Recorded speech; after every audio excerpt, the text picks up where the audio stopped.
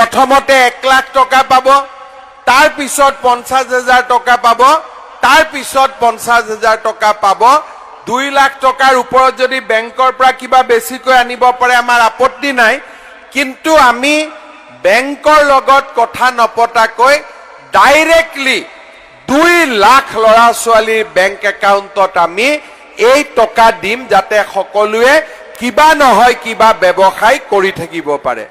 মই কিয় ৰেচন কাৰ্ডখিনি বনাব কৈছো, ৰেচন কাৰ্ডত আমি বিনামূলীয়া চাউল দিওঁ, কিন্তু এইবাৰ আমি নতুনকৈ সিদ্ধান্ত লৈছো 10 মেৰ পিছত যিসকলৰ ৰেচন কাৰ্ড থাকিব তেওঁলোকে হস্পিটালত গলে বছৰি 5 লাখ টকালৈকে বিনামূলীয়া চিকিৎসা পাব। কোনেও খৰচ কৰিব নালাগে। বছৰত 5 লাখ টকালৈকে 10 মে তাৰিখৰ পৰা বিনামূলীয়াকৈ চিকিৎসা পাব। তাৰমানে এতিয়া ৰেচন কাৰ্ডখন 2 in 1 হৈ গ'ল। মাহত চাউলো পাম আৰু বেমাৰ আজাৰ হলে বেমাৰ আজাৰৰ কাৰণে আমি সুবিধাও পাম। তাৰ লগত আৰু এটা এইবাৰ আমি কি কৰিব খুজিছো, আমাৰ গাঁৱত আৰু টাউনত বহুত মহিলা আত্মসহায়ক গ্ৰুপ আছে। ইয়াত আছে নে নাই আত্মসহায়ক গ্ৰুপ আছে নে নাই? হাত ডাঙক। ইস ভগৱান, চবে আছে। তহঁতিও আছ বাবা।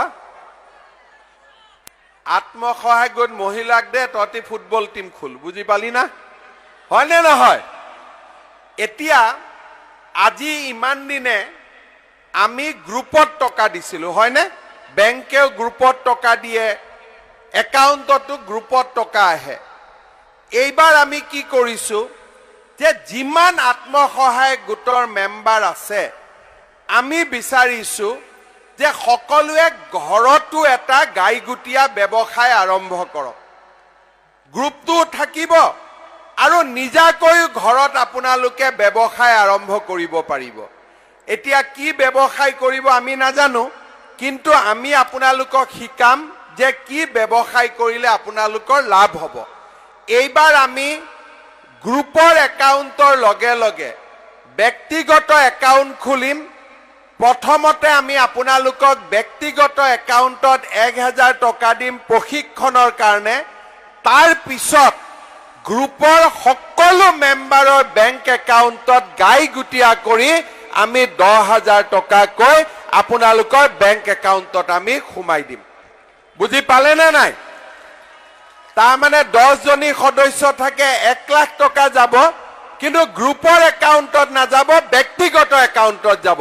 ঘৰে ঘৰে আপোনালোকৰ 10,000 টকাকৈ যাব। ইয়াৰ ফলত আপোনালোকে ঘৰত মহিলাসকলে নিজাকৈ এটা ব্যৱসায় কৰিব পাৰিব আৰু গ্ৰুপৰ কামো আপোনালোকে কৰি থাকিব পাৰিব। আজি আমাৰ অসমত 3 লাখ আত্মসহায়ক গ্ৰুপ আছে। প্ৰত্যেক গ্ৰুপতে 10 গৰাকীকৈ মহিলা আছে।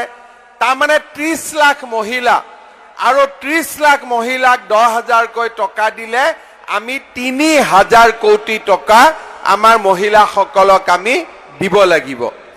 এই বছৰ আমি মাইক্ৰ ফাইনেন্সৰ পুৰণা লোনবিলাকো ঘূৰাই দিম আৰু আপোনালোকক NOC চাৰ্টিফিকেট আপোনালোকৰ ঘৰে ঘৰে আমি বিতৰণ কৰাৰ ব্যৱস্থা কৰিম।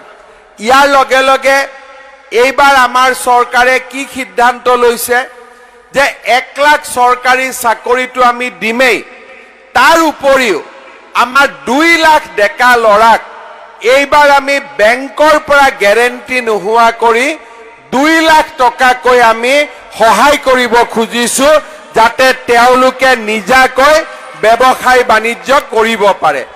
তাৰ উপৰিও আমাৰ চৰকাৰী চাকৰি আমি যি 1 লাখ চাকৰি দিম বুলি কৈছিলো, অহা মে মাহত এই চাকৰি দিয়াৰ প্ৰক্ৰিয়া আমি শেষ কৰিম আৰু তাৰ পিছত আমি 1 লাখতকৈ ওপৰত গৈ আৰু নতুন নতুন আমি চাকৰি ল'ৰা ছোৱালীৰ কাৰণে বিজ্ঞাপন দিয়াৰ আমি ব্যৱস্থা কৰিম। শ্ৰদ্ধা ৰাইজ, আমি হায়াৰ ছেকেণ্ডাৰীৰ ছোৱালীসকলক স্কুটি দিছিলো। এইবাৰৰ পৰা আমি ক্লাছ 9ত পঢ়া ল'ৰা ছোৱালী দুইটাকে আমি চাইকেল দিয়াৰ ব্যৱস্থা কৰিম। আমাৰ বিনামূলীয়া বহুত কেইখন ছাত্ৰ ছাত্ৰীৰ কাৰণে আমি আঁচনি কৰিছো হোষ্টেলত থাকিলে হোষ্টেলৰ মেছ ডিউজৰ সহায় কিতাপ কিনাৰ কাৰণে হায়াৰ ছেকেণ্ডাৰীৰ পৰা ডিগ্ৰী ল'ৰা ছোৱালীক আমি পইচা দিছো আৰু যেতিয়া ছোৱালীসকল পোষ্ট গ্ৰেজুৱেটত পঢ়ে তেওঁলোকক আমি মাহত 1000কৈ টকা দিছো যাতে কলেজৰ পৰা ঘৰত অহা যোৱা কৰিব পাৰে।